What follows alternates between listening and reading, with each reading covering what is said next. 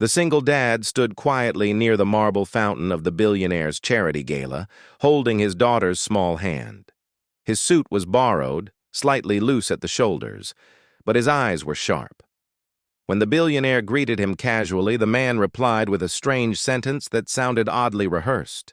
"Blue skies don't always mean clear air," the father said softly. The billionaire smiled politely, assuming nerves. But the woman standing beside him froze. She had spent 12 years decoding voices, patterns, and hidden meanings. She knew instantly that wasn't small talk. It was code.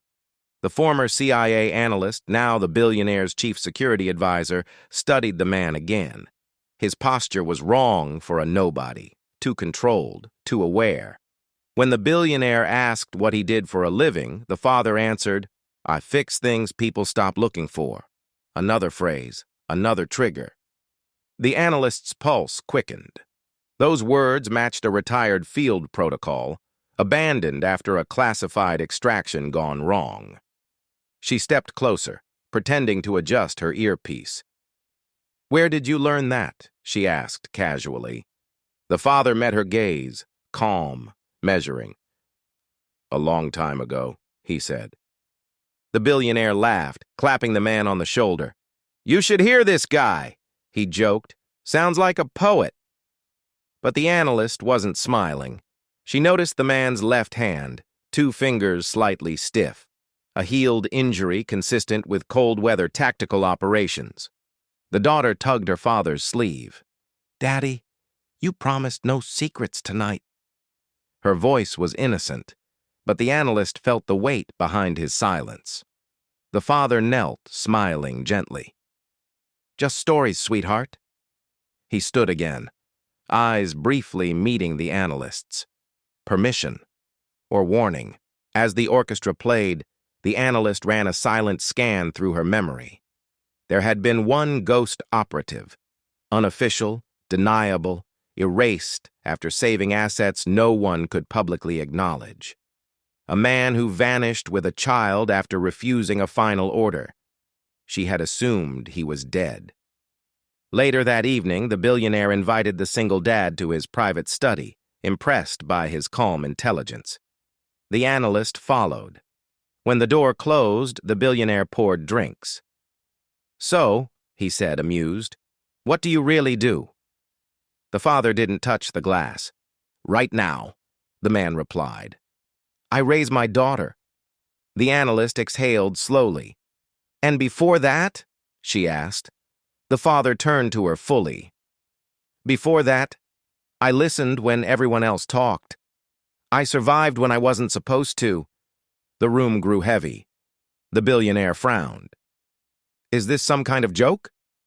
The analyst shook her head. "Sir, if I'm right, this man once shut down an international laundering network using nothing but verbal misdirection and timing." The father didn't deny it. "I left because they wanted me to choose efficiency over humanity," he said quietly.